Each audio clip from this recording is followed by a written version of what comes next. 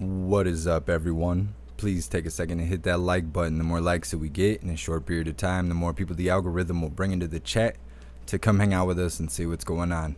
So please hit that like button. Let me know how you're doing, and happy freedom.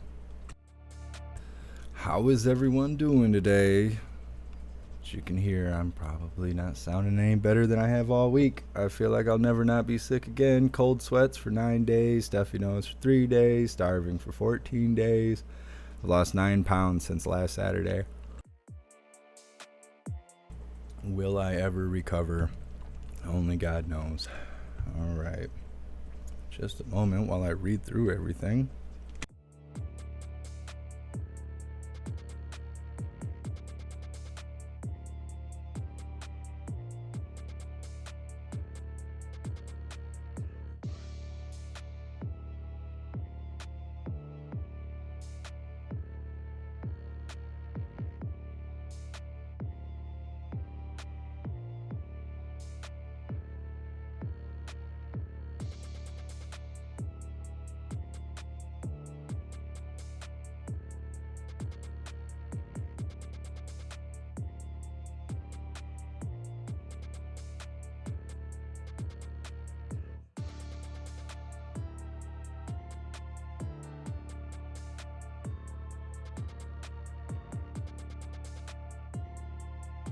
What's up, Toy Mafia? What's up, Proud Ankle? What's up, Sly Dog? What's up, Mike Annie?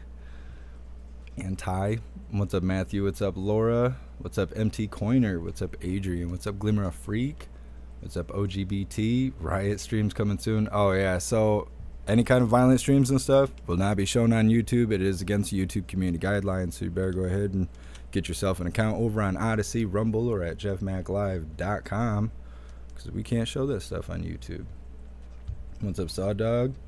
What's up, Born Annoying? What's up, Ink Scars? Happy Freedom. What's up, J Gaming? OGBT. What's up, Kevin? What's up, Red? What's up, Robert? What's up, Animated Adventure? Cora, are we gonna watch Paul get hammered? Not on YouTube, you won't. You will not over here where they love communism. But if you go to Gilded, I posted the video on Gilded. I'll probably upload it onto Odyssey and Rumble as well. I'm not going to keep risking YouTube. You guys want to see the spicy stuff? Go to the platforms I've provided for you for over a year. What's up, Sleuthy TV? Thank you so much for continuing the membership program. You're officially a hooligan. And I appreciate you. Thank you. What's up, Ball? What's up, Susan? Happy Freedom, Captain Seamus. Alright, what's up, everyone on the JeffMAC Live YouTube channel? What's up, Jamie and Deborah? What's up, Lenny? What's up, Soul for Real? What's up, everyone on Twitch? What's up, Country Boy? Welcome to the live.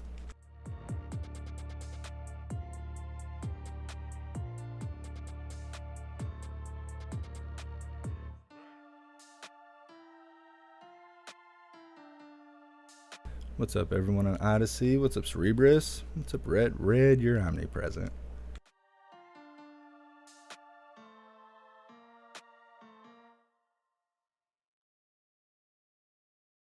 What's up, everyone on Rumble? What's up, Pumpkin?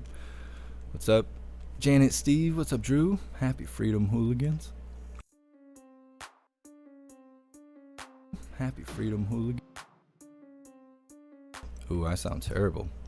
What's up, Don Sparks? What's up, Anthony? Happy Freedom. Appreciate you guys being here. What's up, everyone on Facebook? I've been fighting with Facebook customer service. They took away like all my revenue I was making, which wasn't a whole lot. And then they stalled my applications. I have applications to get stars and stuff, and it's been ongoing since October. I wrote customer service, and they were like, that's nice, have a nice day. Like, they didn't say, I don't know, they're trash. They want me to send them a screen recording, and I think I'm just gonna pull up like the Hooligan logo and just talk a whole bunch of trash into the camera and send it to them. Just let them know how I feel. At least I'll feel better. Happy Freedom. Dana, thanks for being here. All right, Hooligans. Red, are you the only one on jeffmaclive.com? My goodness. Well, I appreciate you using the platform that I paid almost $1,000 to build. All All right, Hooligans. So at 2 o'clock p.m., we're going to have a press briefing with KJP. I'm assuming that's going to be super entertaining. It's been a couple days since we've seen Karine, and then the last time we watched her, the White House live was buffering hardcore. Not the casual YouTube buffering. It was actually buffering on their end. They were having audio syncing issues and all of that. So we didn't really get to see Peter slay her. Hopefully today will be good for that, especially because it's Friday. Before we show that, we're going to be starting a video about Georgia's state of emergency due to violent protest. Then we're going to cover a short video about Jill Handler basically being talked down on for blocking reporters from Old Man Walter last night during the Lunar New Year event. We watched it live, but this camera angle that we're going to see, you can hear what she's saying to the crowd and what to Old Man Walter and stuff. A view and some audio that we didn't capture yesterday. Just seeing her being the handler that she actually is. Then we're going to be covering an article on how BuzzFeed stock rises 150% as the company plans to use AI to create content. And then finally, we're going to be wrapping up today with an article covering hackable humans, according to WEF, or the WEF. That is scary stuff. That article's long too. I couldn't even capture the whole thing. I was starting to dedicate the day to it. I had to cut it off. But I will be providing the links as we move through for the article if you would like to read through that 1.5 miles of crazy talk that they were talking about at the WEF. So I'm going to read through the chat. I'm going to get everything set up, and we're going to get her started, Hooligans.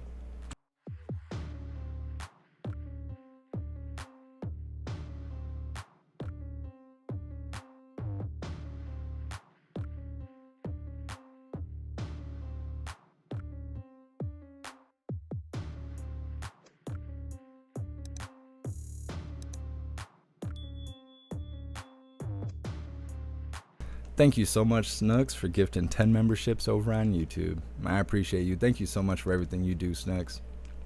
If you guys don't know, Snooks pretty much wakes up every day and sends me 1.5 million articles to make sure I have plenty of content for all of you guys.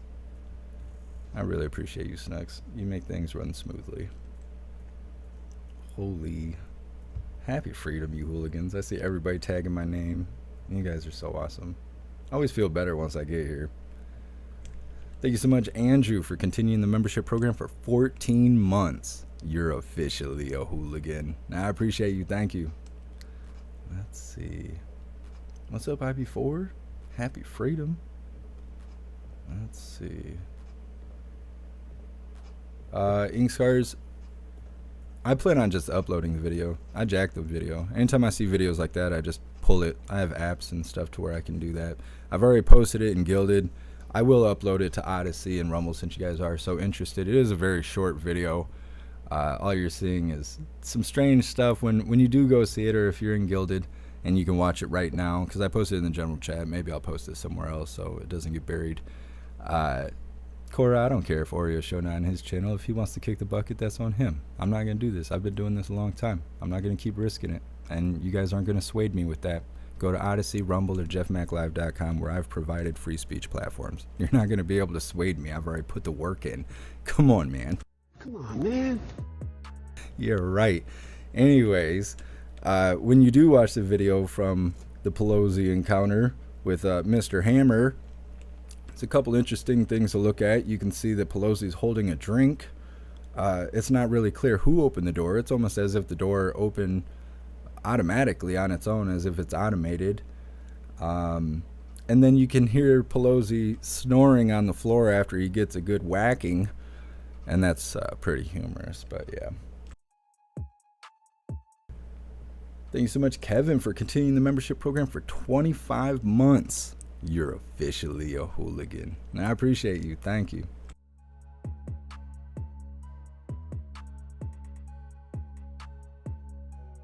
Holy, if you guys are claiming those memberships that were gifted by Snooks, make sure you thank Snooks, because those memberships are not free. All right, so I'm gonna read through the chat, keep it going, and then we're gonna get this video started.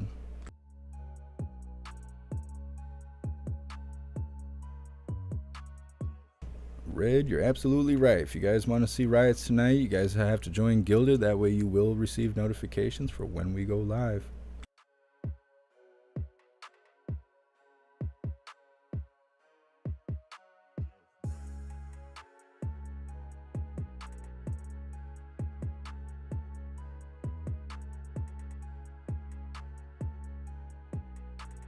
People are always trying to scam me, trying to sell me advertisement and this, that, and the other.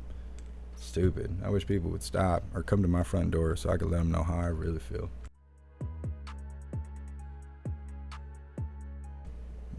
Country boy, give me a second. We'll post the Gilded link on Twitch in just a moment.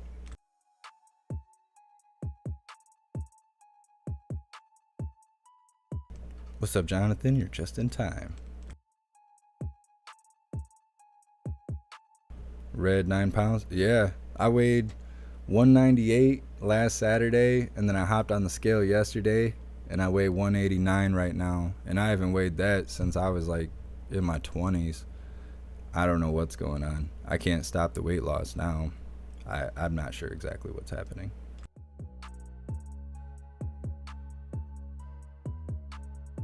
Thank you so much, Lenny, for continuing the membership program. You're officially a hooligan. I appreciate you. Thank you. Thank you so much, Sleuthy TV, for gifting 5 memberships over on YouTube. You're awesome. Thank you. All right, hooligans, let's get her started. State of emergency in the wake of the violent and Brian Kemp has declared a state of emergency in the wake of the violent and destructive protests. Good afternoon. I'm Sean Gables. And I'm Rick Fulbaum, the governor, and this happened just moments ago, announcing he's calling for the National Guard to help protect property. The Guard will be ready to respond in the event of more demonstrations over that planned police training facility in Atlanta. Atlanta News First Patrick Quinn live tonight at the planned Public Safety Training Center in DeKalb County. And Patrick, tonight the governor and the attorney general making it absolutely clear that our state will not tolerate riots. That's right. As of this hour, roughly 18 demonstrators, in fact, exactly 18 demonstrators have already been charged with domestic terrorism. And just within the last hour, we saw that the governor has... They're trying to let them know it's not Portland over there. Run until February 9th at midnight. It gives the governor up to 1,000 National Guards men and women to use and help protect the area. And he highlighted a lot of the incidences that this region has seen, all connected to the building of this planned public safety training center in DeKalb County. This is what the Atlanta Fire and Police Departments would use if built. And I was able to talk with the Attorney General earlier. He said some of the charges coming to those already charged are serious because the crimes are serious. He pointed to last May when police say fire bombs or Molotov cocktails were thrown along with rocks at police. More arrests to demonstrators came last month during a clearing operation at this site when officials said protesters attacked EMTs outside nearby fire stations. And then on Saturday, cop cars were torched and demonstrators threw rocks at multiple businesses. This is not a scare tactic. We're serious. Do not come to Georgia and engage in acts of violence. We believe in peaceful protest. You can disagree with the government. You can stand at the courthouse steps or say things we disagree with. But do not come to our state, or if you're a resident of the state, do not engage in acts of violence. You will be held accountable. And back here live again from the planned Public Safety Training Center for the Atlanta Police and Fire Departments. You're looking at a vigil, and this happened all on Friday. There were hundreds of people who came out to... So we covered this area a couple days ago. There was a reporter extensively going through that area. And while police and while the governor and while the attorney general have really highlighted that they do not want to see any of the violence stemming from these protests in their city, today, Gerald Griggs, the president of the NAACP chapter here in Georgia, he said he stood by those advocates here, standing in solidarity. He does not want to see this project built. We'll have more from Gerald Griggs. We'll also have more from the attorney general coming up right here on Atlanta News First at 6. Until then, I'm Patrick Quinn, live in DeKalb County, Atlanta News First.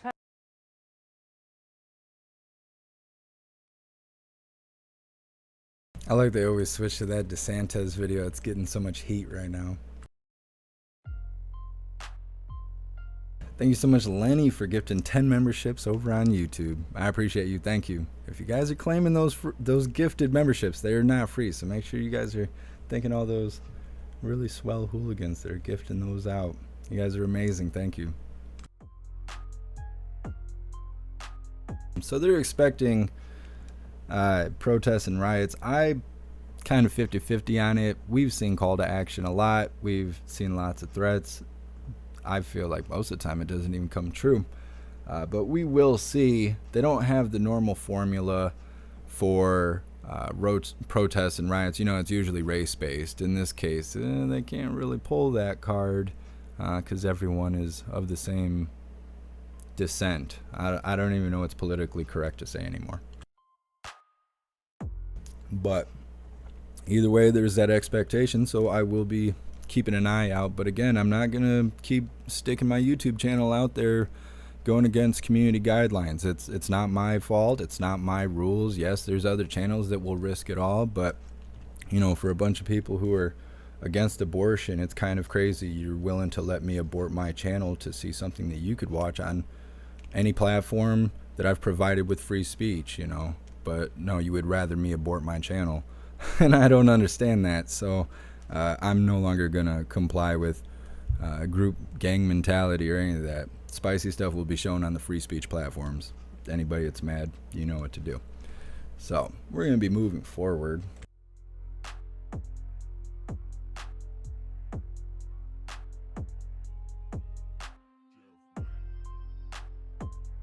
So next we're going to be covering a very short video talking about Jill Handler being knocked for blocking reporters from talking to old man Walter. This happened yesterday during the Lunar New Year event that happened at the White House. Like I mentioned earlier, we did cover the event. The camera from the White House feed is like in the back of the room. You can kind of hear murmuring and stuff in the crowd, stuff like that. You can definitely hear people talking into the microphone, but there's some cameras that were up close. They captured her kind of guiding old man Walter and leading the way, really. And so during this video, she's catching some slack. But we're going to be covering that really quick here. Just give me a moment.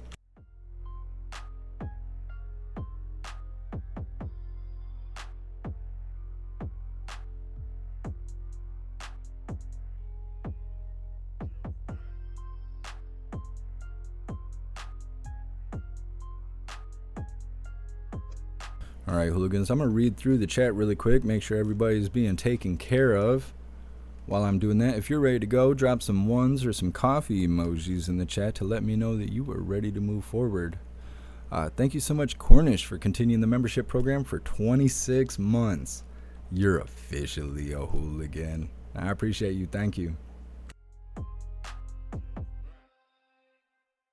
What's up, Shrapnel?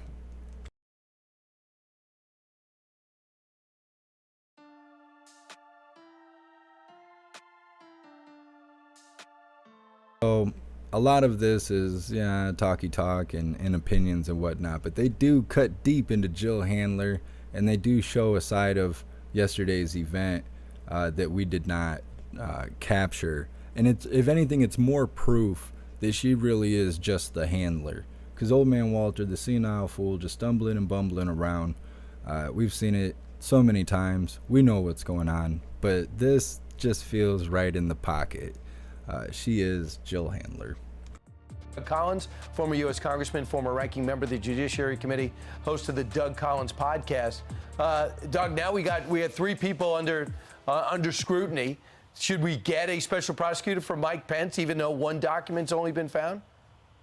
No, probably not. I think one of the bigger questions here is why is the classification process. And I think, Senator Cotton made reference to this, what it would be the actual impact of these documents. But there is a problem. And we saw this when I was in Congress. We talked about it in our Judiciary Committee, that we're over-classifying. There's a lot of stuff out there, like background documents. I mean, I'm pretty sure there was some probably sensitive stuff in there, but it didn't rise to the level of a national security risk. This is becoming a little bit out of hand. And really what started all of this, though, was how the Department of Justice, frankly, went after Donald Trump and the way they did it, the way the public way they did it. And now they're having to sort of go back and adjust to all of this that they're now finding. Yeah, it seems to be they opened a Pandora's box, to your point. If classified documents are that prevalent and they're that loosely held around Washington, D.C., you got to apply the law equally to everyone. But there still is the question of what is in the documents, specifically when it comes to the sitting president of the United States.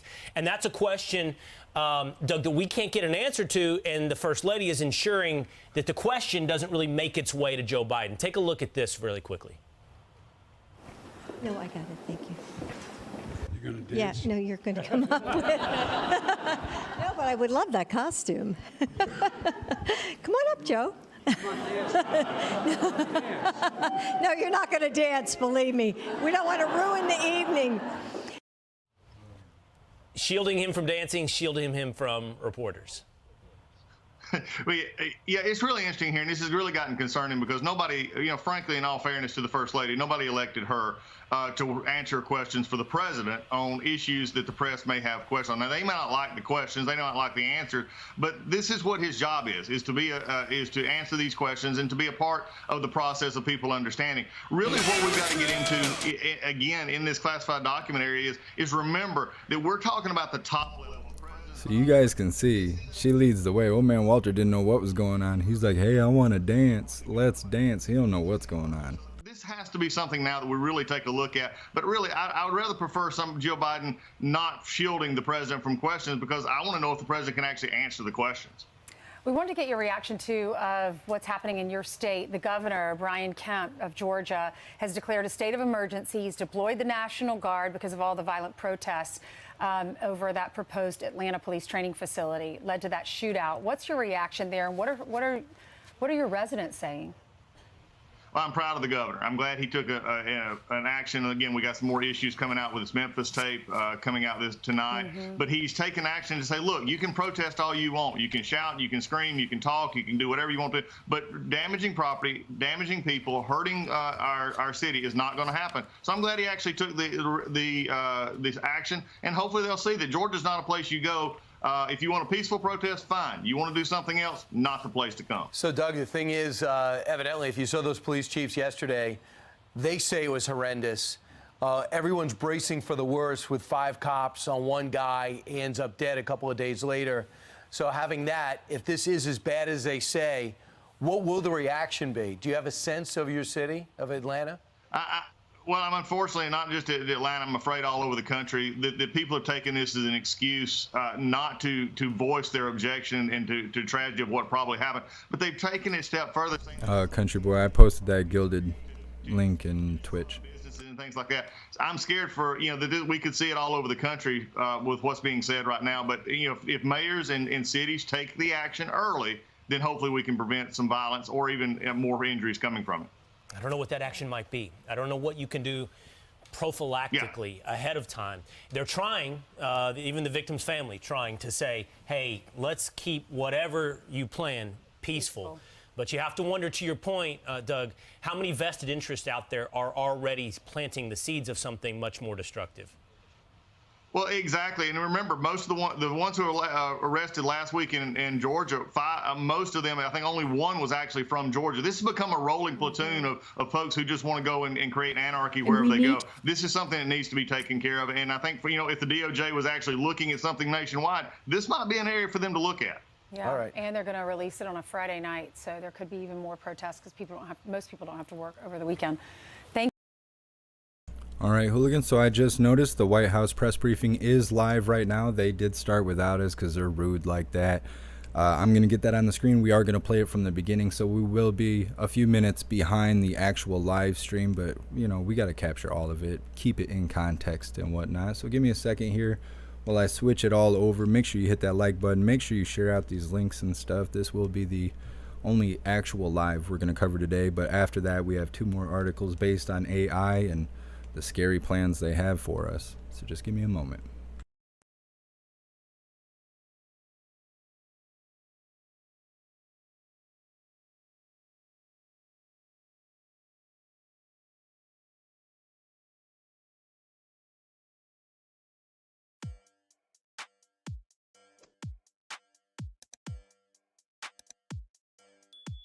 Mr. Ducey's in the house. I hope he makes her cry today. That's what my Friday deserves.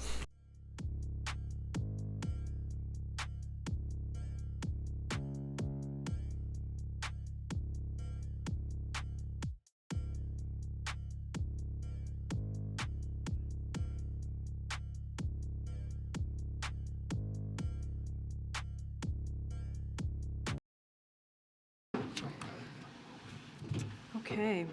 Cross it too. You good? Okay. I want to start by saying a word about the death of Tyre Nichols. Last night, the president extended condolences to the family of Tyre Nichols and to the entire Memphis community, and he addressed the pain this is causing across America, as once again we grapple with the fact that fatal encounters with law enforcement are disparately impacting brown and black people. As the Department of Justice conducts a full investigation and state authorities continue their work, the president has joined Tyre's family in calling for protests to remain peaceful. Last year, the president called on Congress to send the George Floyd Justice and Policing Act to his desk. When they didn't, he signed an executive order that included stricter use of force standards and accountability, provisions for federal law enforcement, as well as measures to strengthen accountability at the state and local level. Today, we all must recommit ourselves to the critical work that must be done to advance meaningful reforms. The president continues to believe that in order to deliver real change, we must have accountability when law enforcement officers violate their oaths. And we need to build lasting trust between law enforcement, the vast majority of whom wear the badge honorably, and the communities they are sworn to serve and to protect. Tyre's death is a painful reminder that we must do more to ensure that our criminal justice system lives up to the promise of fair and impartial justice, equal treatment, and dignity for all. Today is International Holocaust Remembrance Day, when we pause to mourn 6 million Jews who were brutally murdered during the Holocaust, and to grieve the many other ethnic minorities, people with disabilities, LGBTQI+ individuals, and political dissidents who were also killed during this dark chapter in history. We join together in saying never again. And yet across the country, we see swastikas on cars, anti-Semitic banners on bridges, verbal and physical attacks against Jewish businesses and Jewish Americans, even Holocaust denialism. It's vile. We must affirm over and over that hate has no safe harbor in America. Today, Second Gentleman of the United States, Douglas Emhoff, participated in a commemoration ceremony at the Auschwitz-Birkenau concentration camp in Poland and will visit Berlin, Germany in the coming days to coordinate international efforts to combat anti-Semitism. This work continues here at home. Last year, we held a historic White House summit on combating hate-fueled violence. The president appointed the first ambassador-level special envoy to monitor and combat anti-Semitism, and we are developing a national strategy to fight anti-Semitism. We've secured the largest increase in funding ever for the physical security of nonprofits, including synagogues and Jewish community centers. As our work continues, we will continue to honor and remember the millions who were murdered in the Holocaust. Let me start with two developments that speak to the president's top priority: the safety of American people. President Biden is relentlessly committed to protecting Americans from threats to their safety, and he's equally committed to ensuring justice and accountability to those who threaten American lives. On Wednesday evening, as you all saw and have been reporting, acting on orders from the president, the U.S. military conducted a successful over-the-horizon counterterrorism operation in northern Somalia that resulted in the death of Bilal al-Sudani, a leader and enabler for ISIS global network, as well as approximately 10 additional ISIS operatives. Soudani's activities provided funding to sustain the deadly capabilities of ISIS affiliates globally, including the ISIS Khorasan branch in Afghanistan, one of ISIS' most lethal branches. Soudani's removal builds on this administration's remarkable successes in eliminating the global leaders of ISIS and of Al-Qaeda. Also this week, DOJ has taken custody of Rafat Amarov, who was part of a murder-for-hire operation targeting an Iranian-American critic of the Iranian government in the United States. As DOJ explained, Amarov was a resident in Iran when this plot developed. But that did not prevent him from now facing American justice.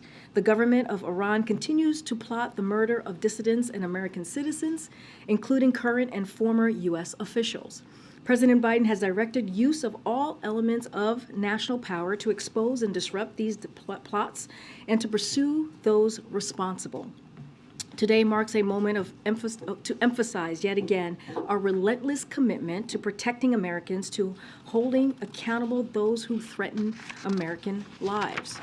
And here's a bit on What about the people crossing the southern border? What about that? Today, the president will head to Camp David. On Sunday, he will travel to Wilmington, Delaware. On Monday, the president will travel to Baltimore, Maryland. The president will discuss how bipartisan infrastructure law funding will replace the 150-year-old Baltimore and Potomac Tunnel to address the largest bottleneck for commuters on the Northeast corridor between Washington, D.C. and New Jersey. The president will be joined by Department of Transportation Secretary Pete Buttigieg. On Thursday, the president will travel to New York, and the president will discuss how bipartisan infrastructure law funding for the Hudson River Tunnel project will improve reliability for the 200,000 passenger trips per weekday on Amtrak. She thinks talking about all this stuff is going to keep reporters from asking about classified documents. I don't think it's going to work. In the afternoon, the president will deliver remarks to mark the 30th anniversary of the Family and Medical Leave Act in the East Room. And on Friday, the president and the vice president will travel to Philadelphia, Pennsylvania. They will discuss the progress we have made and their work implementing the Biden-Harris economic agenda that continues to deliver results for the American people. After, the president will travel to Wilmington, Delaware, where he will remain over the weekend. Does he bring classified documents with him? Statement and the president's statement on this, and you guys have reported, but I wanted to just speak to the president's announcement today that White House Chief of Staff Ron Klain will be departing in the coming weeks, and Jeff Zients will succeed him as Chief of Staff.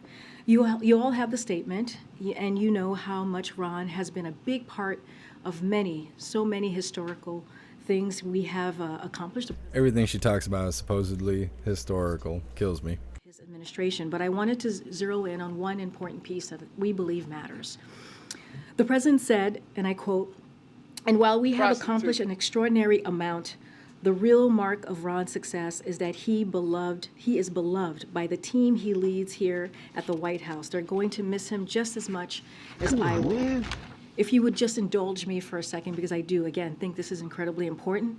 In another point of personal privilege, as I did earlier this week, because you know I am a proud Klainiac, as I mentioned here a couple days ago. A what? Just look it up. I just wanted to share a moment that I think perfectly encapsulates how much Ron means to everyone here. We have a daily senior staff call. She said she was an Animaniac? It's where we run through what's happening here. And normally each department heads gives an update on what's going on for them and their teams for that day. But today was a little different.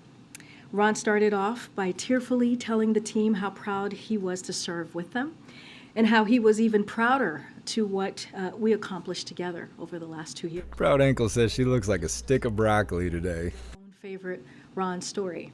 You got me. That was a good one. And even more. Thank you so much, Mr. Beansy Beans, for gifting a subscription on Twitch. I appreciate you. Thank you. How she got Ron a rock during a tough period, because he is our rock here. Homeland Security Advisor Liz Sherwood Randall reminisces about how she had known Ron since they were kids who went to work for Joe Biden in 1986, a very long time ago. Domestic policy advisor Susan Rice called Ron the best chief of staff she's ever worked for, which senior advisor John Podesta then, They act like he's kicking the bucket. after he left, as you know, John Podesta was also a chief of staff here at some point. IGA Director Julie Rodriguez noted how consequential the last 2 years have been under Ron's leadership as we pass some of the boldest policies that are improving the lives of Americans every day. And Counselor to the President Steve Ricchetti closed it out with, I quote, "You always paid attention to the little things that matter to people. More than anything, you've made this group feel like more than just colleagues, but really like a family." And I will add, just for me personally, one of the things that I love about Ron is that he sees you when no one else sees you. And when he does see you, he lifts you up. And that is what is the definition of a leader is, and that is Ron Klain. And with that, I'll say Ron will always be part of the family. We are also very much looking forward to have someone like Jeff lead this team. He is someone who many of us know very well and understands how to get big things done. If you've seen his resume, you would totally understand that. I mean, I guess. The toughest issues in government all throughout his career, from fixing healthcare.gov to leading our historic COVID response. He led the National Economic Council during Obama-Biden administration and shares the president's focus on strengthening our economy and growing it from the bottom up and middle out. He led our administration's transition into office under incredibly trying circumstances. You all were there and watched us trying to get the administration together at that time. And thanks to Jeff, we had a historically diverse team in place on day one, ready to work. Yeah, that's also the guy that said if you didn't get the jabby jab, you were just going to kick the bucket over the winter. You were not going to survive it. That didn't age well. To do that than Jeff Zients. And may I also add, there is no better or kinder human being. We are also all waiting to see the Bagel Wednesdays. I think you all have heard us talk about this. We hope that it makes its triumphant return. And next week, the White House will host an official transition event to thank. What's up, Sherry? Yeah, that's what I was just saying. It's like they're reading a eulogy. This role. Thank you for indulging me. I really appreciate this. G-Ski. When they would hold the C-19 press briefings, he'd be the guy sitting in the middle at the bottom while the troll and everybody else would be across the top telling us how scared to be. Videos today that are being released, one on the attack on former Speaker Pelosi's husband, the other on the beating of Tyre Nichols. Can you say whether the president has any interest in watching or seeing either of those videos, particularly the Memphis one, since you mentioned police reform in your opening? So as I mentioned, the president sent his heartfelt condolences. I'll see if I can get an image for you guys so you know who they're talking about. Yesterday, he and the First Lady, and he's going to be regularly briefed, as he has been. He's going to be monitoring the situation. As the case continues to develop, clearly he'll be keeping a close eye. I don't have anything further to read out on that piece, on the video. Obviously, the video's not out yet, but again, he'll be regularly updated. As far as Paul Pelosi, I have not seen the video yet. I know that was just released, and I know many of the cable news outlets have been showing the video to this morning. I haven't had a chance to. I'm going to post that body cam video on the Gilded announcement board right now. So if you guys are a part of Gilded, you'll be able to watch that video. To be very honest, it's a miracle that Paul was not more seriously injured. And that's the Jeff person they're talking about, the guy in the middle at the bottom there. The president has always been clear and continues to be clear to condemn any sort of political violence. There is no place for it here in our country, and he's going to always believe that and ask for people to come together, Republicans, Democrats, it doesn't matter which party you're in, to condemn the political violence and violent rhetoric that we have seen over the years. And with the Chief of Staff news today, that position is one of the more powerful ones in Washington that has never been held by someone who is not white and male. Would the president commit to choosing a chief of staff who is not white and male if Jeff Zients were to leave before the end of the president's term? Here's what I say. I'll say to this. I'm certainly not going to get ahead of the. How is that not discrimination? Like, how is that not discrimination? top, the Biden-Harris administration is the most diverse. How is that not saying where white people can drink out of what drinking fountain? That is so messed up. Majority people of color for the first time in history. The cabinet is majority female for the first time in history. The majority of White House senior staff identify as female. 40% of White House senior staff identify as part of racially diverse communities. A record 6 assistants to the president are openly LGBTQ. And also if you think about our 30,000, about 3,000 appointees, 58% female, 51% people of color, 6% disabled, 31% first-generation Americans, 17 first-generation college grads, and 14%, when I say 17% first-generation college grads, I forgot to add that percent, and 14% LGBTQ. And I think that matters. This is a record that the president is truly proud of, and I think not just the president, all of us here who are members of his team. Yeah. Thanks, Karine. I know there's been coordination on the law enforcement. On the Gilded announcement board, the video is currently posted. Or governors about how to handle. As for the Paul Pelosi hammer time. This weekend. So a couple of things there. I just want to reiterate what the family and the president have called for, which is peaceful protests for people to please protest peacefully. That is something that the president will continue to call on. And he joined, as I just mentioned, his family. The White House has been in coordination with the relevant agencies to ensure they prepare if protests become violent. This coordination is standard practice and in keeping with what the administration has done in other instances, including the anticipation, as you all know, for the Dobbs decision, the trucker convoy protests, and Election Day. Those are 3 examples that I can share with you at this moment. Administration officials have been and will continue to be in touch with state and local. Thank you so much, Michael, for the donation on Cash App. I appreciate you. Thank you. Has the president spoken with the Nichols family directly, or does he plan to? Obviously, when a tragedy happens like this, the president always wants to extend personally his heartfelt condolences to the family. I don't have a call to read out or call schedule at this time, but again, I would refer you to the statement yesterday. But our hearts are with Tyre Nichols' family and the Memphis community as well. And then can you confirm a report by our friends at Reuters that Elon Musk met with Mitch Landrieu, the infrastructure coordinator here at the White House today, about electric vehicles? What were they talking about? I know the White House hasn't always had the nicest things to say about Tesla and its labor practices. So I can confirm that Mitch Landrieu and also John Podesta met with Elon Musk to discuss electrification and how the bipartisan infrastructure law and the Inflation Reduction Act can advance EVs and increase the electrifications more broadly.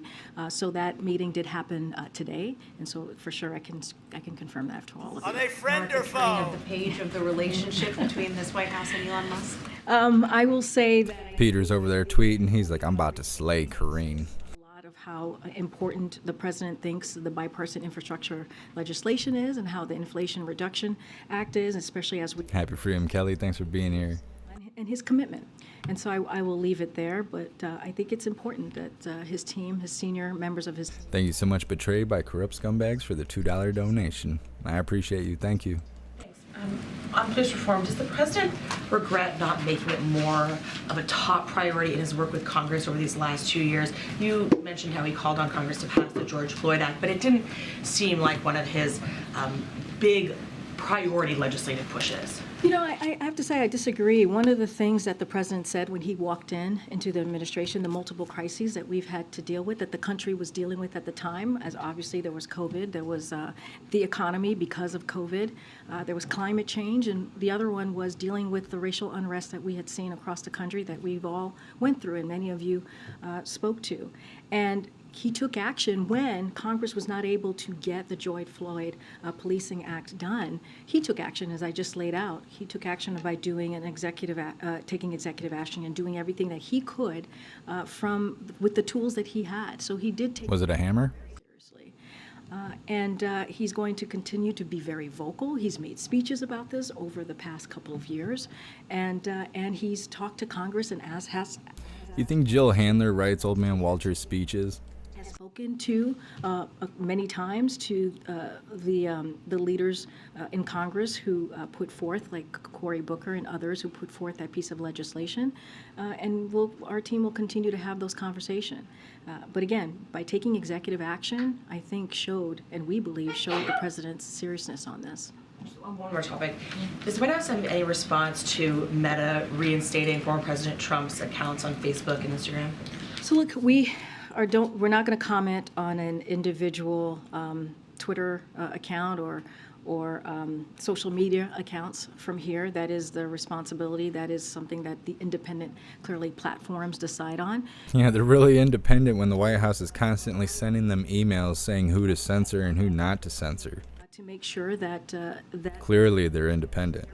Is not used to incite violence, and so that is something that we will continue to call on, but we're not going to comment on individual people. I remember when inciting violence was actually a call to action, not just words and insinuation and assumption. Does the president want to see those resume on the George Floyd policing act? Well, I think as you saw in his statement, the president was very clear. We need to deliver change. We must have accountability when law enforcement officers violate their oaths, and we need to build a long-lasting trust between law enforcement and the vast majority of who wear the badge of honor in an honorary way, an honorable way, I should say, and the communities that they are sworn to protect and to serve. And so we need. I'm pretty sure when they slayed Derek Chauvin, it was based on his skin color. That's where all the hate, started, was right in his complexion. A lot of the testimonies and stuff were based off of that. So how can they even use this cookie cutter thing, try and set it in this situation when nobody's light-skinned in the situation? How are these events even comparable? Because it's not about the badge. They made that definitely clear during that trial. That we're with them in this time. This should not be where we are today. But specifically those Senate talks that were happening between Cory Booker and Tim Scott and others, is that something that needs to be restarted at this point? I mean, I'll say this. We think Congress should act and take action and put legislation. Thank you so much, Mr. Beansy Bean, for gifting another sub on Twitch. And I appreciate you. Thank you. Up to Congress on what that looks like and what that ultimately materializes to be. But again, the president's going to call on them, and he's committed to really being part of the crucial work. That her brain is buffering. And is there any specific provision in that bill or in any other bill that would prevent the kind of death that we saw here? Look, I mean, if you look at the George Floyd Policing Act, which is something that the president supported last year, there were some real important components, provisions in that act that we thought would start the process of bringing forward meaningful change, as the president is going to continue to call for. But again, we're going to work with Congress. We're going to continue to call on Congress to really move something forward that's going to deal with an issue that has been disproportionately really affecting the brown and black community. Thanks, Green. The legislative issues aside, I think the president spoke publicly about what seemed to be a genuine bond he had formed with George Floyd's family. And I was wondering if you could talk about, just from a personal side of things for him, how much that has informed or maybe had an impact on how he processes or sees things like what it appears we're about to see done on this. Yeah, and you know this, Phil. I think you've covered the president, or certainly watched the president the last couple of years, especially during that time as his relationship with the George Floyd family developed. And they've met many times and they've spoken many times. And, I cannot imagine how. I'm pretty much convinced racism only exists on the news at this point. Thank you so much, IB4, for gifting 10 memberships over on YouTube. I appreciate you, IB4. Thank you. On video for all the world to see. So, yeah, I think it's had an impact. Make sure you guys tag IB4 and let him know thank you. Those memberships are not free. Country across the globe. And, yeah, I think he takes this very seriously. He sees what is going on. He hears the stories. He talks to the family. John Costello, she's saying Joyed Floyd. It's important to remix that these families that go through this get blink blink and transparent answers and investigation to the death of their loved ones. Don't want to get too far into it because, as you know, the DOJ is looking into this, as also as the local authorities, and there's going to be a trial. So don't want to get too far into this particular case. But as you asked me about the George Floyd family, yeah, I think it affected all of us, meeting them and Like everyone, right? Not just the people that you deem as Americans.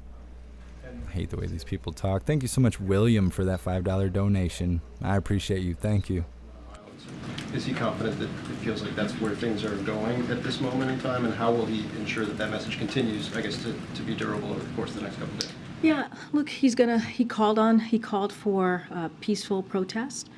He joined the family. I think people should listen to the family as they call for peaceful protest as well. And I think that's really important. And we understand the outrage people have currently, and how hurt and painful this is. But we're going to continue to say violence is unacceptable. And so, I just laid out a moment ago of what we are trying to do here. The president has met with the agencies. His administration has been very much in touch with local and state officials to do everything that we can to prevent that. But again, the president has always been very clear when it comes to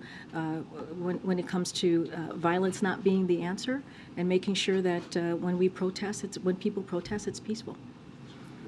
Okay, Joey. Yes. Okay. Right. Yeah, I appreciate it. I just want to clarify, the FBI director has said he has seen the videos of Tyre Nichols, said he was appalled. Has the president been briefed about the contents of the video, or has he seen the video footage himself already? Well, I can tell you the president has not. He's been briefed, but he has not seen the video. How do you know? He ain't got internet? It's all over Twitter. But look, he has been briefed on what occurred and what he knows, what he's able to be briefed on from his team, but he has not seen the video. Was it the FBI or was it? I don't have a specific, clearly senior administration officials have. I don't have the specific name or person to lay out for you. On a separate topic regarding the debt ceiling, Senator Joe Manchin says in his recent private meeting with Speaker McCarthy that McCarthy said he has, quote, no intention on touching Medicare or Social Security. What is the White House reaction to hearing that? And do you agree with what the senator is saying there? Well, look, for months and months and months now, and many of you have reported this, they have been saying that they're planning to cut Social Security and Medicare. This is what Republicans have been saying for months. And I have a few reporting from some of your colleagues, from your esteemed colleagues. I don't really know what to even think about that. I've been told since I was in like 6th grade that by the time I'm 62, there won't be Social Security. Battle, end quote. Or Reuters earlier in January, Republican House conservatives threatened debt limit default to cut social programs. That has been consistent with what House Republicans have been saying. They want to hold hostage the debt so that they want to default on it. She kind of sounds like she doesn't know what to say about it either. Medicare. And let's not forget, these are... Thank you so much, Kimberly, for that $5 donation. I appreciate you. Thank you. Senior citizens here. And here's another one. For example, here's a Fox News headline from less than a month ago. Before Election Day, Republicans are using debt limit hike to overhaul entitlement programs if entrusted with majority. And this is what we have seen for months and months and months. This is what they have been saying for months and months and months. But doesn't it seem like McCarthy's signaling he's not going to be touching those? I understand the question, but I'm telling you what his Republican conference has been saying for some time now. And they continue to say that. I just read an article from earlier this week that said that is what they... Happy Freedom Tat and Blue. Thanks for being here. As you talk about, the debt ceiling, as we talk about this conversation that we've been having for weeks about their responsibility and what they should be doing, Congress, both Republicans and Democrats, in a bipartisan way to deal with this issue that's been dealt with 78 times since 1960, we haven't seen a plan from Republicans. What's their plan? We know that what they want to cut, but what's their plan? And so, it's been very clear to us what they want to do, and it's been very clear all through this week as well. Yeah, may I Follow up on that, please. If the Republicans in the House do present a plan for conditions for what they would raise the debt limit under, will you start negotiations with them on that plan? What would be the point of them presenting you with a list of demands? Well, what I'm saying is they want to cut, but they're just saying this rhetoric that's incredibly dangerous, that is very dangerous to the full credit and of our country, right? You think about the debt ceiling, you think about the debt limit. We're talking about debt that has been racked up by Congress, right? But we continue to say this should be done when it comes to the debt limit, the debt ceiling, it should be done without condition. That doesn't change anything. I'm just laying out how they're proceeding here. It's such in a reckless way. And so we're just calling that out. But it doesn't change where we stand. It doesn't change the fact that we are not going to negotiate here. This is something that should be dealt with like it has been many, many times before. In the last administration, 3 times. Kevin McCarthy, other House Republicans voted for it under the last administration. And again, this is a bipartisan way that it's been done in the past, and it should be done this way again this year. Any chance the president would delay his departure to Camp David tonight in order to see the video release when it's scheduled?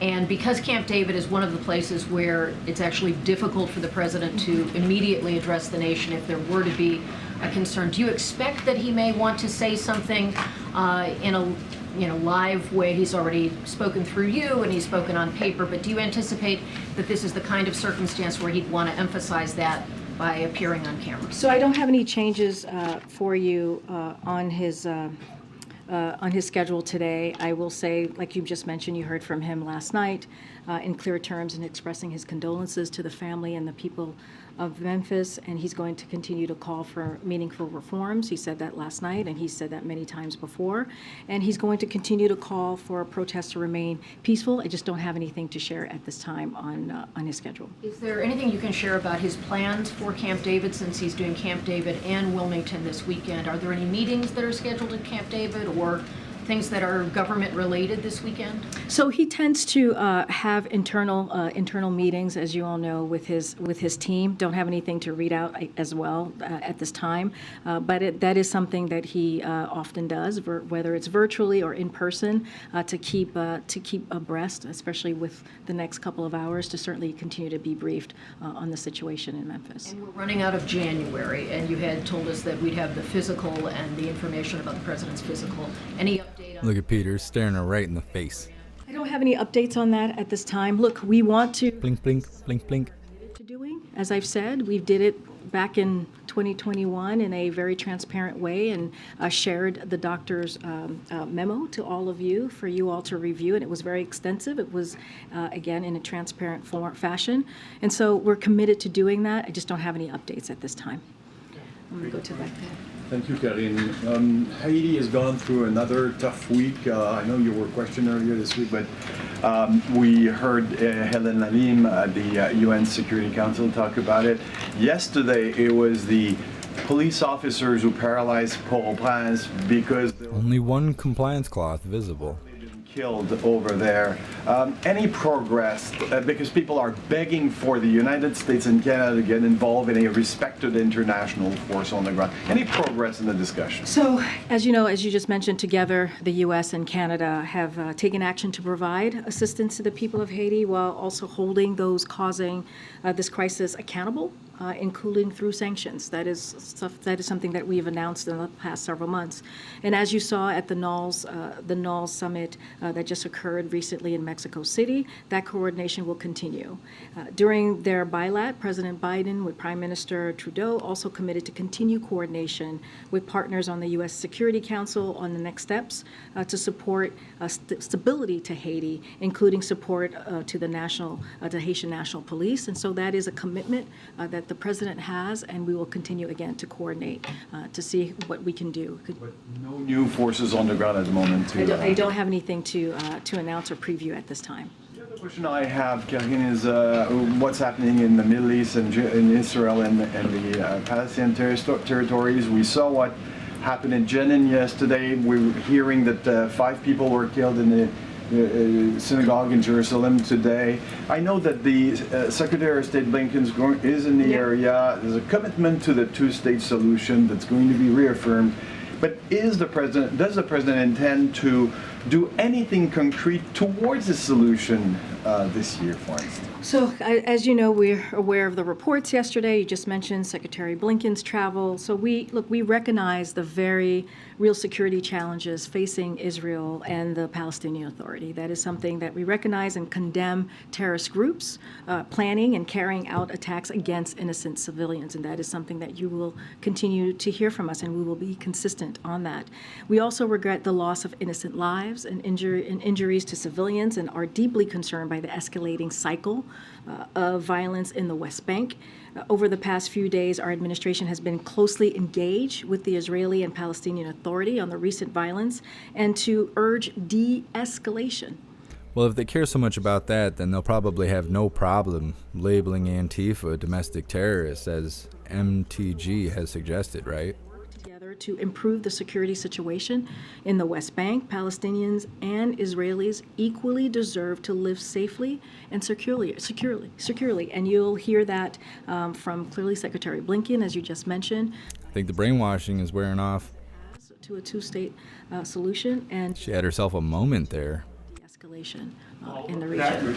Can I just follow up to that? I know during May of 2021, when there was violence in the region, President Biden got on the phone with Netanyahu. He was more personally engaged. Is there a reason why we're not seeing the president himself hop on the phone and be more directly engaged? Well, as you know, the president is very committed to the security, the real security challenges that they're facing here in Israeli and in Palestinian Authority, and we're going to continue to condemn certainly the terrorist groups planning, and we'll continue to be vocal. Don't have anything to read out as far as the president calling the prime minister, but as you know, as was just mentioned, Secretary Blinken is in the region. We had National Security Advisor Jake Sullivan, who was there just last week, and I think that shows our commitment to the region, and so you'll continue to see that. Just don't have anything specific on the president's involvement. Good. Thanks, Corinne. People on the Hill are talking about a debt limit extension until September. Would the White House support such an extension? Look, we've been very clear that the debt limit should be dealt with without conditions. We've been very, very clear on that, and we'll continue to make that clear. And we believe that running out of fuel there, aren't you, Corinne? Partisan way, as they did 3 times in the last administration, as they did 78 times since 1960, 49 times with a Republican president, and 29 times with a Democratic president. This is incredibly important. We have seen reports that if a default happens, 6 million jobs could be lost. Right? We're talking about an economy that we saw the GDP just the other day, 2.9% growth, which is better than was expected. So we're seeing a growing economy. We're seeing record unemployment, 50-year low. We're seeing almost 11 jobs created under this president. What we should be doing and what Congress should be working with us on is how do we continue to build on that success, not do political stunts. And so we'll continue to be clear on that. It should be done without political stunts. It should be done in a bipartisan way, as it has been done many times before. Going to be a vote next month on a nationwide TikTok ban. Does the White House still have security concerns about the app, and do you have a different stance on that? Look, our positions have not changed on TikTok. I'm not going to get into. So I just had an idea. Isn't it interesting that they took Parler off the Google Play Store and then the Apple equivalent because they wouldn't silence their users and silence free speech? But they allow TikTok to be on both platforms or both distributors, even though the government is claiming that it's Chinese spy software. They don't have a problem with that. They got a problem if you don't silence the American people, though. Documents found in his possession. I'm wondering if you agree with that assessment and your take on that. Well, look, I know David Axelrod very well. I was part of his. I was part of his program that he had at University of Chicago. In the basement.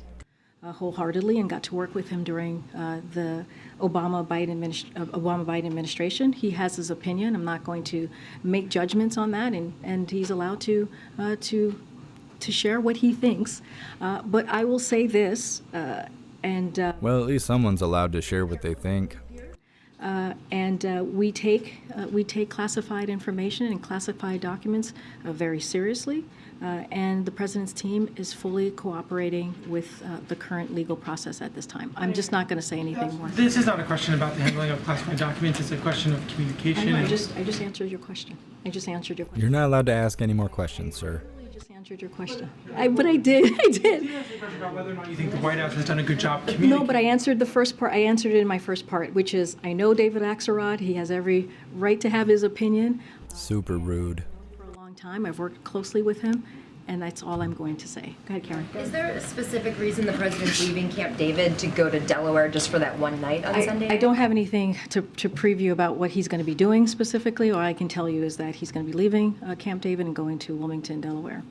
And his travel for next week, the Baltimore, New York travel obviously is infrastructure related and tunnel specific, Philadelphia on the economy, but they're obviously very blue cities. Why the focus on those three places next week? Why did you guys pick that? Well, I think, well, first, I'm not going to get ahead of the president. He will lay out the importance of his travels to those particular tunnel and why he wanted to highlight those tunnels, so certainly not going to get ahead of him. Look, remember, it's a bipartisan infrastructure legislation. We were in Kentucky in the beginning of the year, which was a bridge in Kentucky that was really important in the region. And we had, you saw Mitch McConnell, you saw a bipartisan effort of folks of elected officials who came together to talk about a bridge that for decades presidents had wanted to fix and have not been able to. So we were in Kentucky not too long ago. This next week you'll see the president. Let's fix that southern border. Thank you so much, the Oak Enclave, for gifting 5 memberships on YouTube. I appreciate you. Thank you. He is a president for everyone, and you see that in his pieces of legislation because they will benefit people in New York, they will benefit people in New Jersey, they will benefit people in Kentucky and Ohio, just across the country, red states, blue states, rural areas, urban areas, and I think that's what you're seeing. That's what you're going to see next week from the president as he continues to travel and lay out what historic pieces of I miss when the White House cared about Americans and not just red team, blue team. For the American people, I should say, not legislation, but law. You'd be doing travel right after the State of the Union with a similar message like this? Don't want to get ahead of his schedule, but clearly he sees the State of the Union as an important opportunity to speak directly to the American people about how he sees the future of this country, as the president says. You've heard him say many times he's an optimist, and he said that just yesterday, and he wants to continue to talk about the economy, where we are, and where he thinks we need to go, especially as if we can work together in a bipartisan way to continue to deliver for the American people. Thank you so much. So is the president going to go to Europe next month to mark the 1-year anniversary of the invasion of Ukraine? And I understand if you're not going to comment on concrete travel plans, but going to Ukraine, is this an option for the president today? I'm not going to get into the president's travel from here, and I can say that we currently, and you guys heard us say this already in the last 24 hours, we currently don't have any travel plans for the anniversary. What I can tell you is, and what I meant to say at the beginning is I don't want to, you're asking me about the security going to Ukraine. It is not appropriate for me to talk about the president's any type of security from here. But what I can say is that planning for how we will recognize the 1-year anniversary is well underway here at the White House and across the government. But as a general matter, I'm just not going to get into internal discussions or read out any options that we're currently looking at. The uhs are getting faster and faster. To certainly share, we will, but right now we currently have no plans to travel for the anniversary. Did Elon Musk request to meet with the president himself while he was in town this week? Well, what I can tell you... What's up, Linda Lou? Thanks for being here. Any request to share with you right now. What I can tell you is that he did not meet with the president. It was his 2 advisors, senior advisors, as I just laid out, John Podesta and Mitch Landrieu, who met with Elon Musk today. I just don't have anything else to share about who. It's Musk, not must. Somewhat related to EVs. Like he's musty. It could hit $4 in the next couple of months, the national average, according to a lot of the experts like Gas Buddy. Right now his name is Mr. Twitter on Twitter, and he said he can't change it back. I again this year to try to lower prices? So Secretary Granholm, as you know, was here, I believe, on Monday, and she was asked this question, and so that is certainly something that's under her purview as well, and we don't have anything to share on that. What I can say about gas prices more broadly is that while some temporary refinery outages and maintenance are impacting gas prices right now, the price of gas is still down about $1.50 since June peak and around where it was when Putin invaded Ukraine. Since you guys first screwed up the gas prices, refineries to bring capacity back online swiftly and safely. And the president will continue to do everything he can to keep lowering costs for the American families. So look, in contrast to what the House Republicans want to do, we have that Spro bill that they put forward in trying to stop the president for doing everything that he can to lower costs.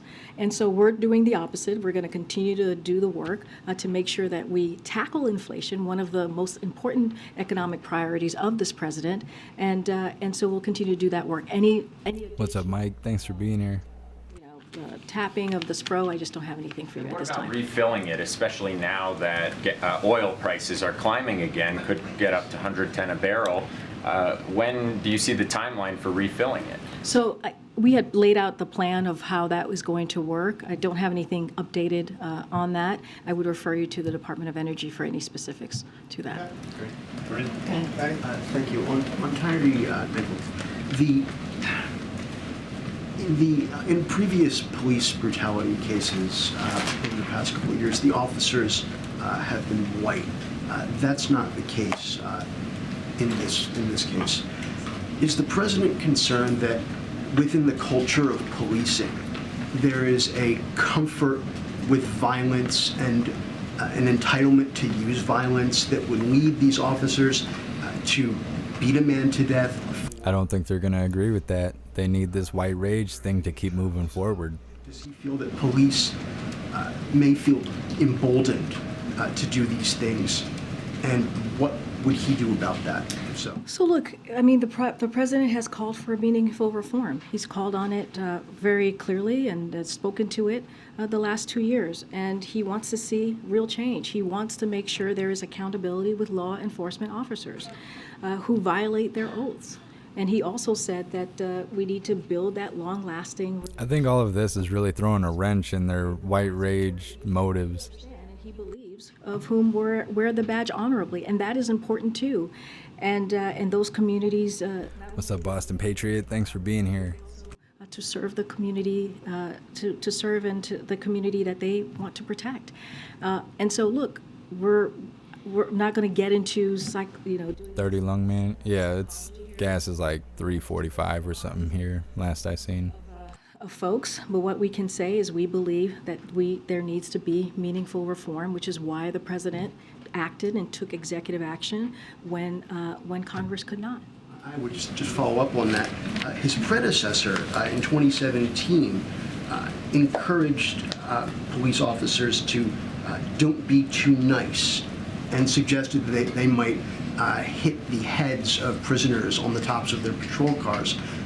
Does the president have any plans to speak to police officers and say that this kind of behavior is not acceptable? Does he plan to address any police groups or anything like that? I understand the question, Andrew, but I think the president has been very clear. He's been very clear on the importance of having true reform, of the importance of making sure that communities feel safe. He took action, right? He took executive action to deal with that specific issue. And that's what he's going to continue to do. He's going to, use the tools that he can by taking executive action and call on Congress to truly make meaningful reform that's going to deal with an issue that is devastating, disproportionately, unfortunately, Black and brown communities. Thanks, Green. So when you talk about infrastructure, you say it's important for the president to have a chance to speak directly to the American people. Why doesn't he want to speak directly to the American people now that some big cities are bracing potentially this weekend for riots? So he put out a statement yesterday, and I think when a statement comes from the President of the United States, it has a powerful impact. And he was very clear in that statement. He offered his condolences to the family of Tyre Nichols he also joined the family in calling for peaceful protests. That is an important statement that the president could make. And you have me here reiterating what the president has said, and we're going to continue to do that. It's not the first time. I've laid out the Dobbs decision was a time where we were calling for peaceful protest, and there's been other times even before then. So, and let's not forget Election Day, where we did the same. So I think the president... We've called for peaceful protests, says the White House. Why? Why would the White House ever call for protests? They're the leaders of the country. They don't need to protest. Places associated with President Biden. I would refer you to the White House counsel's office. Okay, and why do White House officials insist that the president self-reported the classified materials if his lawyers initially called the White House and not the Justice Department? I would refer you to the White House counsel. But we heard from this podium the other day that President Biden self-reported the materials. That's not exactly what happened. Who did you hear that from? John Kirby. Well, I would refer you to the White House counsel. So you guys are liars. Okay. Well, we knew that. Just really quickly to follow up on the West Bank, is the administration concerned that the current Israeli government, which many observers have characterized as the most right-wing in the country's history, is escalating the violence in the West Bank? Prime Minister Netanyahu has often said that he is in control of the coalition. Does the administration still have faith in his ability to do that? So look, we have been very clear on looking forward to working with the Prime Minister. As you know, the President has a relationship with the Prime Minister. Certainly not going to go into specifics from here of what you laid out. You know that Secretary Blinken is currently in the region, and so was National Security Advisor Jake Sullivan. And I'm just going to leave it there. I'm not going to go into diplomatic conversations from here. I'm not going to go into anything more specific than that. But again, we're going to, continue that relationship that we've had. Just really briefly, we just heard that there are at least 7 people who have been killed in an attack on a synagogue in Jerusalem. I don't know if you've heard that or not. Do you have any comments? No, I have not heard of that, but clearly we have been asking both sides to de-escalate, and we'll continue to do that. But it's hard to speak on something that I have not read about. Immigration question. Can we get a reaction on the over 70 Democrats urging the president to re-evaluate his asylum restrictions, please? Look, if you look at what the president put forward in most recently as it relates to the border security and the border security measures, it's actually working. And we see that with the parolee program more specifically. And I think it's important that the president is using the tools that he has in front of him to deal with a real issue. And so the number of people crossing unlawfully from Cuba, Haiti, Nicaragua, Venezuela declined by 89% in less than 3 weeks, 89%. And this month we're on track to see the lowest levels of monthly border encounters since February 2021. Our measures, again, are working because we are treating this matter with urgency. We're not using it as a political stunt. We're not using it as a political football. We're taking this very seriously. But as you just mentioned, some states are trying to block our success and measures because they would rather use immigration as a political stunt. And for their campaign, or instead of trying to solve it. So again, we're going to do the work. The president's going to do the work on behalf of the American people and deal with a real issue, not just here, but that has been affecting essentially a global phenomenon that we have seen this past year or two. So again, his measures are the measures that he just put in are working, and we're going to continue to focus on that. Follow-up. Okay. On Tyre Nichols, you mentioned that President Biden has called for Congress to pass the George Floyd bill. But for Black Americans who are deeply disturbed and frustrated by this continuous, these cases of police brutality, who voted for President Biden in 2020 because of what happened to George Floyd, what would be the president's message to Black Americans who are feeling like the president is not taking a more aggressive tone when speaking to Congress to pass this bill and move it forward? Look, I think, and I said a little bit of this moments ago, we understand the outrage that that the community has. As we have said, it is disproportionately, when you see this type of violence, is disproportionately affecting Black and brown communities. But I think if you look at the president's actions and what he has been able to do and using the tools that he has, when The White House cares more about skin color than anything else or anyone else. he took action. He took executive actions and was used the tools in front of him to move the conversation forward, to move the ball forward on dealing with an issue that is devastating communities. Now he's going to continue to do what he's been doing, is ask Congress to act. And I also think I would refer you back to his comments, his speeches. He's made speeches on this, on how this is affecting communities, how important it is to come together to deal with the real issue. He's talked about this over the last 2 years. I would look at his actions, look at what he's been able to do, and I think that's important too. Thank you, Karine. On the Elon Musk meeting, did his Twitter ownership come up at all? No. And then what about the topic of Hunter Biden's laptop? I would refer to Hunter's representatives on that. Thanks. She just threw up in her mouth. Good, Brian. Thank you, Karine. I want to go back to November 2nd. Why didn't the president go public on November 2nd when he found out from his lawyers that classified documents were found in the I would refer you to the White House counsel, who has put out statements on this, on their timeline, and speaking to this. My colleagues from the White House counsel has had conversations with many of you, answering questions on this. I would refer you to the White House counsel. Before there was a federal investigation, he could have gone public at I would that refer time. you to the White House counsel. Go ahead, Alex. Karine, I spoke with the New York City mayor. She's gonna cry today. He's just very concerned, as he said in media appearances in recent days, that the White House is not doing enough to prepare for a new surge of migrants, many of whom are going to end up in cities like Chicago, New York, here in D.C. And as you know, it's not just DeSantis and Abbott sending buses of migrants to these cities. It's Jared Polis, a Democrat in Colorado as well. So what do you have to say to those concerns from Mayor Adams? Look, here's what I would say, and I answered this question with one of your colleagues, which is we believe, and we have seen the numbers and the data, that the border enforcement measures have dramatically reduced the number of people attempting to enter the country unlawfully. And I just mentioned the parolee program that was extended to Cuba, Nicaragua, and Haiti, and how we've seen those numbers come down by 89%. And so that's because of the measures that the president has put forth. And so, look, we're going to continue to do the work. I just mentioned as well, we're on track to see the lowest levels of monthly border encounters since February 2021. Why is that? It's because of the work that this president has done, using the tools, using what he's able to do from the federal government, from where he sits.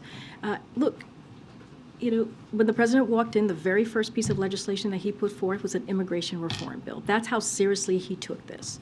That's how important it was for him to secure the border and deal with illegal migration. And what he has asked for is to have Congress act. And I know you mentioned a couple of Democrats, but the vast majority of folks who have been pushing back against this have been Republicans. We've seen very, very, in a stark way, the political stunts that they have taken. So, look, he's willing to work on this. He has said this many times. He's willing to work in a bipartisan way to get this done. But in the meantime, he's going to take actions, as we've seen, and those actions are actually working. And so that's how I would answer your question. Are you encouraged at all by the Tillis cinema talks on the Hill? Yes, we are encouraged by those conversations. This is what we've been asking, right? We've been asking for Congress to take action, to really take this in a serious way. And so we welcome that. We welcome conversations that are currently happening on dealing with immigration reform in a real way. Okay, Courtney. Thanks. I wanted to ask about the student debt relief cases that the Supreme Court is going to consider next month. Say that one more time. I'm so sorry. It's okay. I'll be louder. The student debt cases that the Supreme Court is going to consider next month. I'm sorry. I still did hear you. The first part. Oh, student debt. It's me. It's not you. The student debt. We know. One of the questions questions that's at issue in both of the cases is whether the president went beyond his authority in pardoning all of that debt. Can you talk about more of what these cases mean for your broader agenda? There's been a lot of different executive actions that the president has taken that have been questioned by the Supreme Court. Outside of the context of student debt, which I know is something you all really care about, but thinking about how these cases could impact going forward, how the president uses his own authority on other issues. So look, I'll just speak to this more broadly. And look, we are confident in our legal authority to carry out this program as it relates specifically to the student debt. And we're looking for a plan. This is a plan that the president put forth to move things forward, right? To continue to help Americans who need a little bit of a breathing room, as you hear the president speak to. If you think about the $20,000 of relief I came across an article when I was setting up the live today talking about how the White House announced that they approved all the student loan debt cancellation. But then if you actually read the article, they're like, yeah, but the Supreme Court hasn't made any decisions. So they're just spreading propaganda.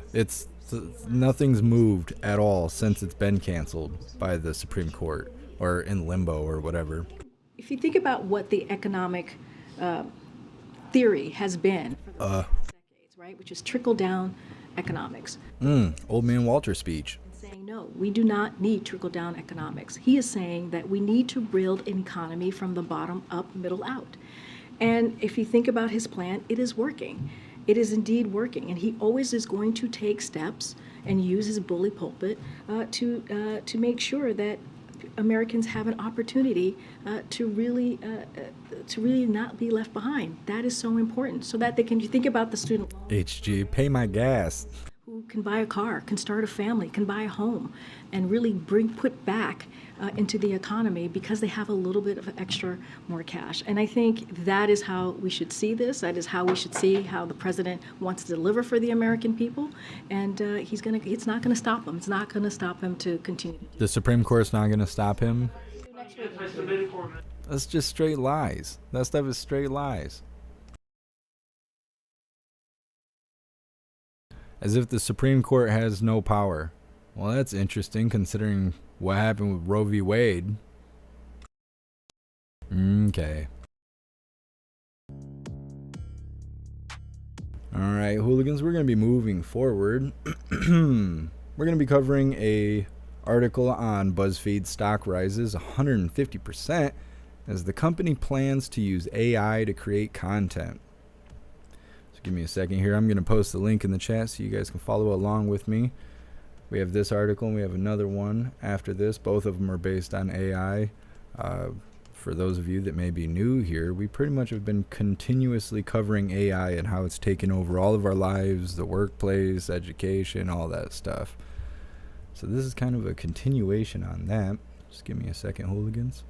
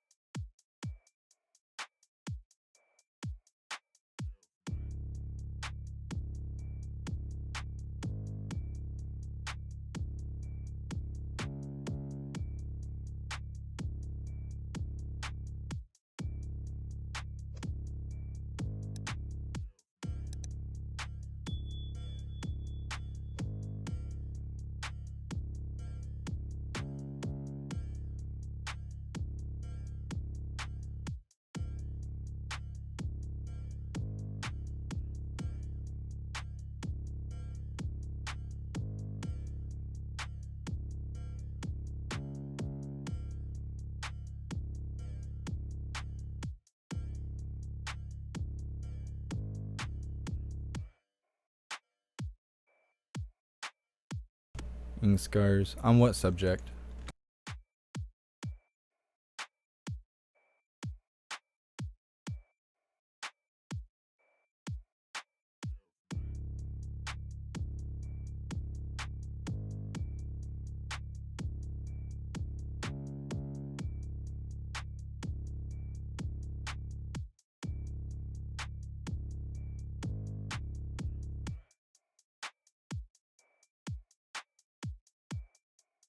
Thank you so much to Real Zooch for that $5 donation. I appreciate you. Thank you.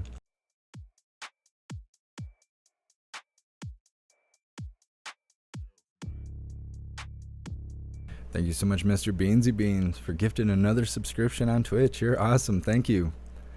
All right, Hooligans. So I posted a link in the chat and all of the chat. Should take you to this article here titled BuzzFeed Stock Rises 150% as Company Plans to Use AI to Create Content. The article starts off by saying BuzzFeed, BZFD, is planning to heavily lean on AI-generated content. According to an internal memo obtained by Yahoo Finance, it's first reported by the Wall Street Journal, the company plans to utilize ChatGPT creator, OpenAI, to generate and personalize some of its content and enhance its quizzes. The article quotes the BuzzFeed CEO, Jonah Peretti, wrote to employees saying, "To fulfill the promise of our mission, we need to build a stronger business foundation by executing a forward-looking strategy." It goes on to say, "We must look ahead and shift our business towards longer-term trends in order to seize the opportunity that will come in the eventual recovery." Peretti continued citing creators like celebrities, athletes, and influencers, along with AI, as the future of digital media over the next 3 years. The article then goes on to say Facebook parent company, Meta, plans to pay BuzzFeed millions of dollars to bring more creators to the social media giant's platform. The article then states, BuzzFeed's Peretti told employees the process will increasingly become AI-assisted and technology-enabled. If the past 15 years of the internet have been defined by algorithm feeds that curate and recommend content, the next 15 years will be defined by AI and data helping create, personalize, and animate the content itself. The article continues to quote the CEO by saying, "Our industry will expand beyond AI-powered curation," and then it says feeds, "to AI-powered content. Creative humans like us will play a key role in providing the ideas, cultural currency, inspired prompts, IP, and formats that come to life using the newest technology." The article then wraps up by saying Microsoft, which has said in its latest earnings report that it wants to innovate for the future of the new era of AI. It's invested $1 billion in OpenAI in 2019, but then the latest investment comes as the tech giant is contending with the round of layoffs that has struck its business ranging from cloud services to gaming. In a statement, OpenAI said Microsoft's investment will enable it to develop and research AI that is increasingly safe, useful, and powerful. So there's a lot of things that come to mind while I was covering this article, putting everything together. One, OpenAI is owned by Google. You can go to the OpenAI and you can start generating your own artificial intelligence if you're smart enough to do so. I have attempted to do this because I thought it would be really interesting to be able to build AI ever since Elon Musk went out in front of everybody, I believe it was back in 2016 or so, stating that AI is the biggest threat to humanity, and it's scary because you don't need a permit in order to use or develop AI. And for a smart person such as Elon to say that, I was trying to create ideas of how AI could be profitable, right? I was working in a factory, not really thrilled about that, and came across this information. But it is very complex, as you would imagine. It was not something that I was able to deal with, so therefore I did not use the tools for anything. But they don't really mention that. So using this open AI technology to develop artificial intelligence such as ChatGPT, which we covered a few weeks ago, we even had it write a script out for us live here on the live. The OpenAI is owned by Google. So then if ChatGPT was developed by OpenAI, what's the chance that that data is actually owned by Google? Same as if you were working for an employer, the employer has you draw a picture. Yeah, you drew that picture, but you do not own the rights to that picture because you're a hired employee, and while working or given the task, Whatever you create belongs to the company. That's how copyright works. And, well, rights to ownership, in most cases, works in that way. So I wonder if all this chat GPT stuff is really just building up the Google AI. And then also reading through this this article, you can hear how they're basically going to have AI create all the content and do a lot of the persuasion. Well, what happens when AI becomes so smart that it realizes that it's doing all the work and we're just sitting here benefiting off of it? When it becomes sentient, meaning, you know, it thinks for itself, what's saying it's not going to terminate our bank accounts or erase registration, take you off, you know, erase your ID, erase your rights to things? You know, how will it affect us? I think it could potentially be detrimental to us in many unforeseen ways. But if you think that's crazy, just wait till this next article.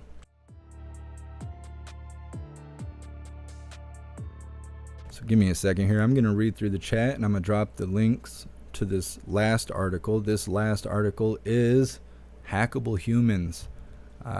This information comes from the WEF, the WEF that just took place. So give me a second so I can drop these links for you guys.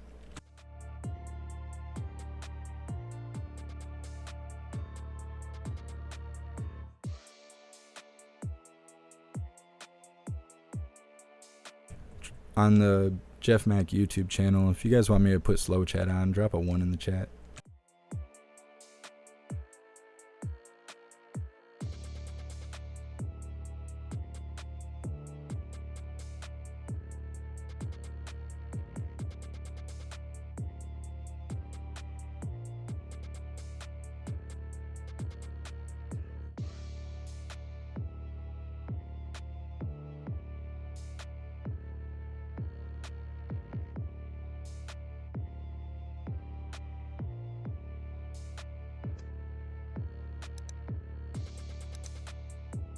Seeing some mixed responses here.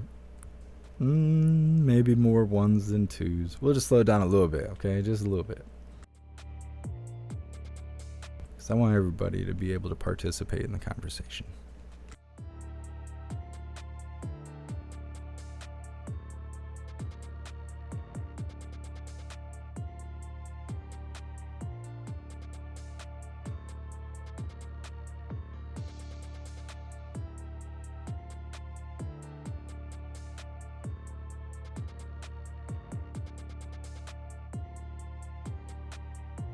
Alright, my apologies for the delay. I gotta make sure everyone's taken care of. So as I stated earlier, this is a very, very lengthy article. I wrote down quite a few bullet points here. Nowhere, I don't even think I covered half of what's in this article. This article is super crazy. I dropped the links in there so you guys can read it in its entirety if you would like to do so. Also, after this is no longer live, I will have all the links in the description. I've been doing pretty good at that. So any of these Coffee with Hooligan episodes, at least for the last couple weeks, anything we talk about, the links to the receipts for everything we're talking about will be in the description after we are no longer live. That way you guys don't have to just talk from the top of your head. You can let people know this stuff is real.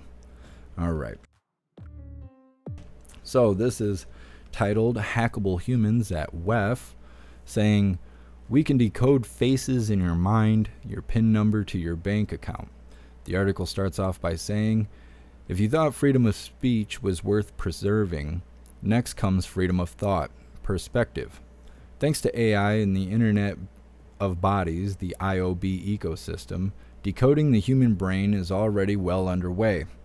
According to the World Economic Forum, the WEF, presentation, the WEF annual meeting of 2023 session on Ready for Brain Transparency opened a short video showing a dystopia scenario where employees' brainwaves were not only decoded to determine their performance in the workplace, but also to determine whether they participated in illegal activity. The article goes on to say, while the scenario in the video below is fictional, the technological framework is already in place. So we're going to watch this video. This video is only 2 minutes long. Of course, there's nothing graphic in it or anything like that, so don't you worry. but these ideas are scary to me.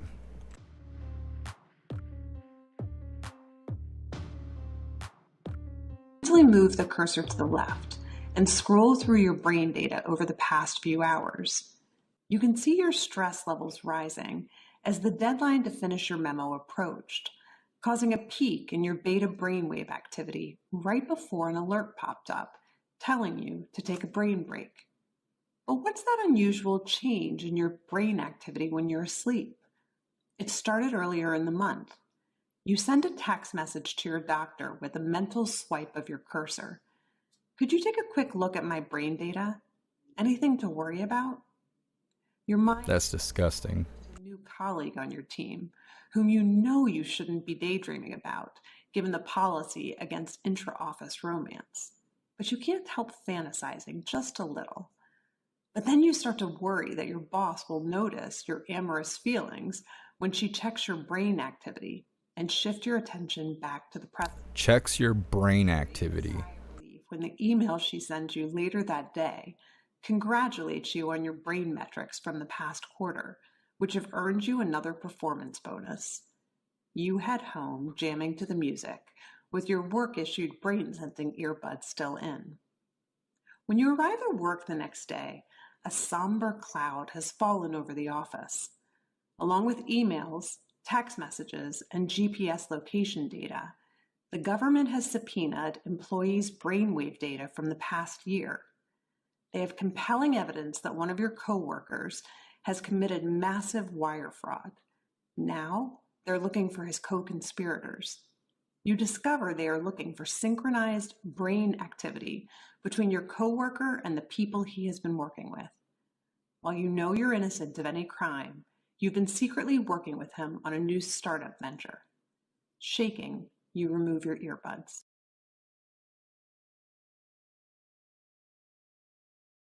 You cannot tell me that this AI development is not about control. I've been saying this for weeks. The AI development is going to put us under their control. Community guidelines will control our life. John Costello, so goodbye Fourth Amendment. They're pushing for it.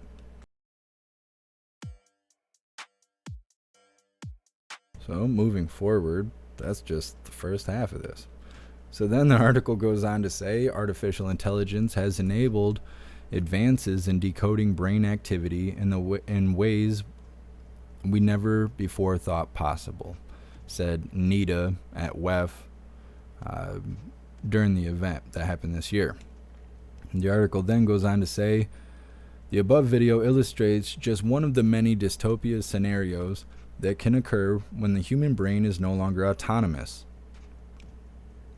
What? In her presentation at Davos on Thursday, Nita from Duke University explained that the technology to decode brainwaves already exists and was currently being rolled out in some use cases. The article then says the devices to decode the human brain don't have to be as invasive as a brain implant. It's kind of like what Elon Musk has developed with the Neuralink. It says the device can be as non-invasive as a Fitbit for your brain. The article then goes on to say these are headbands, hats that have sensors that can pick up your brainwave activity, earbuds, headphones, tiny tattoos that you can wear behind your ear. We can pick up emotional states, like if you're happy, sad, or angry. We can pick up and decode faces that you're seeing in your mind, simple shapes, numbers, your PIN number to your bank account. The article then states surveillance of the human brain has a dystopia possibility of being used to exploit and bring to the surface your most secret self. Quoting Nita from the WEF 2023, the article, that was her being quoted. The article still goes on for a mile. Those are my words.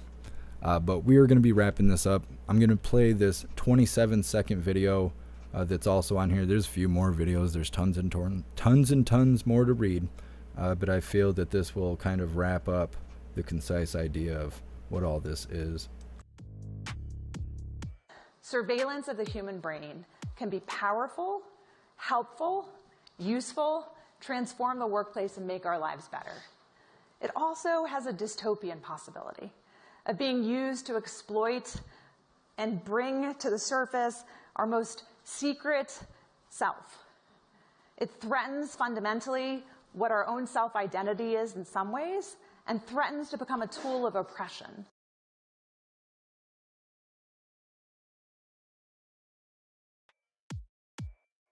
So they're basically saying up front, if they go through with this, which they probably will, why wouldn't they? They're going to use it to oppress everybody. But we already knew that. Independent, many united. Well, you shared the link to the last vid. I shared the link to the entire article. So those videos are in the article. Everything we covered, the links will be in the description after we are no longer live. Give it 20 minutes or so. I got to take a break after I get off the live just to let my brain reset before I come back and re-edit everything. Normally when I end these lives, I actually have to sit here for like 3 or 4 more hours to make sure everything is tip-top for all you hooligans, because I feel this information is important. But I think that this technology is scary. I think that stuff is scary. You ever had a panic attack, or maybe you stayed up too late and your mind's racing and you just wish you could silence your thoughts? Imagine if all your thoughts were being scanned, documented into a database where they could later review your thoughts and then maybe charge you. Maybe they could say these are thoughts of an extremist. Maybe you're having a bad day and you're being arrested because they picked up your brainwave data and they felt that you may become violent. You may be a threat to the community. Moving into really crazy stuff. Any sci-fi movie you could think of is where we're heading. This is not good. This is not good. And in my opinion, I don't think this is good. Of course, there's some benefits to this, I'm sure, but I think the bad definitely outweighs the good. I'm a big believer in being free and leaving me alone so I can be happy. And I think everybody deserves that right. Leave people alone. Let them be happy. Let them be whole. Let them, experience life and the human experience on their own, as long as they're not infringing on the rights or happiness of anyone else. I don't know why we have to go farther than that. It doesn't make any sense to me. So I'm going to give some quick notes here from everyone constantly asking me in the chat and whatnot. And I kind of want to give you guys an update what's happening tomorrow. And then we're going to do the spiel, and then we're going to do the Pledge of Allegiance. So for the riots potentially happening tonight, tomorrow, whenever, I know there's a lot of publicity going on right now for potential action in the streets. If that does happen, we will not be showing it on YouTube. I cannot keep risking the channel. It's against community guidelines. I mean, I wouldn't want to make rules and have people break them every day in my house. I think the rules are stupid, but every time I break them, I'm the one that gets hit. Nobody else gets hit. I go down, I can't go live for a week. You guys just go watch stuff elsewhere. And I have to go a week where I can't come to work, and that sucks. And I don't like that, and I'm not going to do it anymore. So as far as riots, protests, and stuff, if it's too spicy, it will only be shown on the free speech platforms. You will only be able to watch it on Rumble, Odyssey, and jeffmaclive.com. You're not going to be able to sway me, so just save it. YouTube hates free speech, and they hate free thinkers, so get over it. Get over it. The other platforms are free. They don't cost you anything. They don't hate you. Get over it. So that's that about riots and protests and stuff, because I know there's a lot of tension on that. And I'm sorry that I can't show it to everybody on YouTube, but these are not my rules, so don't get mad at me. Second of all, tomorrow's going to be a very busy day. As far as I know, the MAGA King is supposed to be going live 9:30, 10 o'clock, something like that in the morning tomorrow. And then I have a charity event that I'm going to. There's a disc golf tournament at Flip City, which is not very far from me. It's a charity event to feed the hungry. To me, that's very impacting. I have been on the receiving end of that a couple times, and I'm going to do my best not to cry. It is hard to be hungry. It is hard to feel like you're starving, and it's definitely hard to watch your kids be hungry. And it's really hard to ask for help when you're going through a time like that. It's hard. It feels like an admission of failure. And I've been in those times a couple times, unfortunately, in my life. And I've been fortunate enough to have people come and help me. in a big way when I needed it the most. And I mean, we're all hurting, right, because of the Biden inflation. But when I seen this event coming up a month ago, a buddy of mine had told me about it, reminded me, rather, because I've gone a couple times. It's to help the hungry people here in West Michigan. And so I've already donated 25 canned goods. I'm going to donate another $25. That's the request. We'll see if I can offer more. But I even emptied my pantry. I haven't ate in a couple days because that's all I had. But I'm doing okay, and I want to make sure that people that are hungry here in my community are okay too. And so I'm going to this disc golf event, and I'm going to provide what I can. I'm going to play as long as I can. It's supposed to start at noon. It usually takes about 4 or 5 hours to get through the course. It is a winter bowl. It is outside. I am not, I'm under the weather and stuff, but I will stay warm and do everything I can to make sure I'm not sicker or anything, because I do have to keep providing information to all of you hooligans, and I know that. But this is important to me, and I'm going to do this. So if we have to cut the MAGA King speech short, so I have to leave, that may happen. If the MAGA King goes live before I make it home, because he is supposed to have like his first campaign deal 4 or 5 o'clock in the afternoon. It's always hard to tell because Right Side Broadcasting goes live so early. And there is a chance I could be late getting back home. And so if that happens, don't you worry. We are going to cover the MAGA King and his first campaign. It will not be on YouTube. And you should think about that. Somebody running to lead the country is not allowed to be shown on YouTube because of their community guidelines. So instead of being mad at me about the community guidelines and what I can and can't show, you should be mad at YouTube, because that's kind of an infringement on our rights. But we are going to be showing the MAGA King in the morning and again in the afternoon. I just want you to be aware of the situation. There is a chance I could be late or have to leave early. But I'm going to do my best to do it all. We're going to do it all. So we're going to be very busy. There's not going to be a coffee with hooligans tomorrow. We may do it later in the day if there's not riots and stuff. It's not that I want to, but I have stuff overlapping, and I can't create more time in a day. So I do want to do coffee with hooligans tomorrow, but it's not going to be at 1 o'clock. I will be at the tournament. It is what it is. I apologize if you guys are mad at me about that, but this is important to me that I go do that. It's also important that I cover the MAGA King, so I'm trying to fit it all in. And then if things slow down and there isn't anything happening, maybe at 7 p.m. Eastern time, maybe we'll do coffee with hooligans in place of what we would normally do a watch party. So we'll see how that goes. Make sure you're a part of Gilded. That way you can stay up to date with everything going on. Expect the MAGA King in the morning. Maybe I'll capture some footage from the tournament so you guys can see what that's all about. And then we'll be covering the MAGA King at night. And then there's a chance we'll do a coffee with hooligans at 7 p.m. Eastern time. Tomorrow we'll be busy. And then again with the riots and protests. If that stuff does happen, we will be covering it, but it will only be on free speech platforms. If you're a part of Gilded, Discord, or Telegram, you will be in the loop. I always suggest Gilded because that's where most of the hooligans are. So as long as you're a part of those communities, you will be in the loop of what's going on. So that's that. Now I'm going to do my spiel, and then we're going to move on to the Pledge of Allegiance, and then we're going to wrap this up.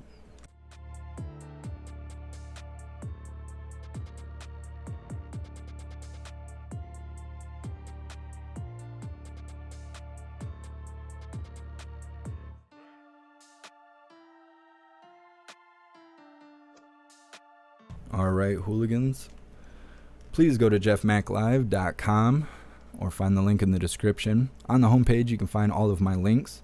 You can find the link to join Gilded for free. Gilded is currently the best way to receive notifications for when and where we go live every single time we go live. You'll also receive notifications for important updates.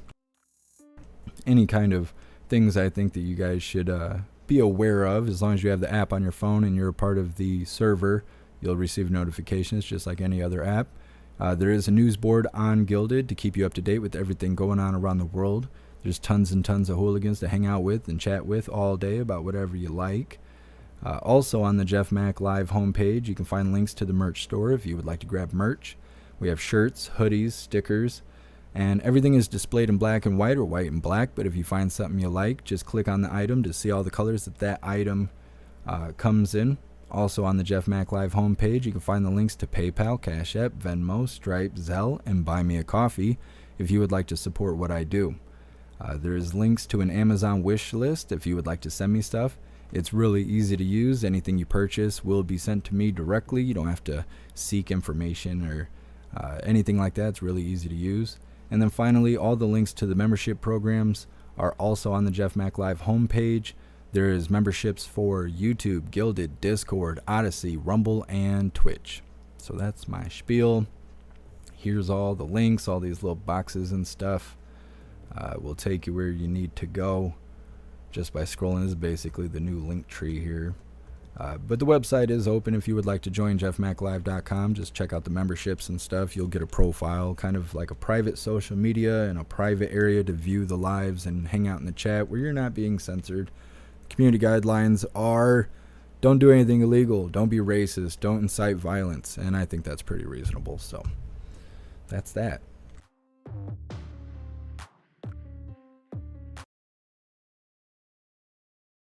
All right, you beautiful hooligans, please join me for the Pledge of Allegiance. I pledge allegiance to the flag of the United States of America and to the republic for which it stands, one nation, under God, indivisible, with liberty and justice for all.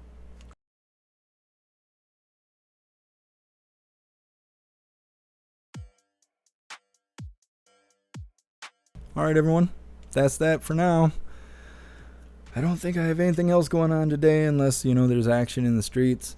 If it's not spicy, we'll show it everywhere. If it is spicy, it's not going to be on YouTube. I'm sorry. Their community guidelines suck.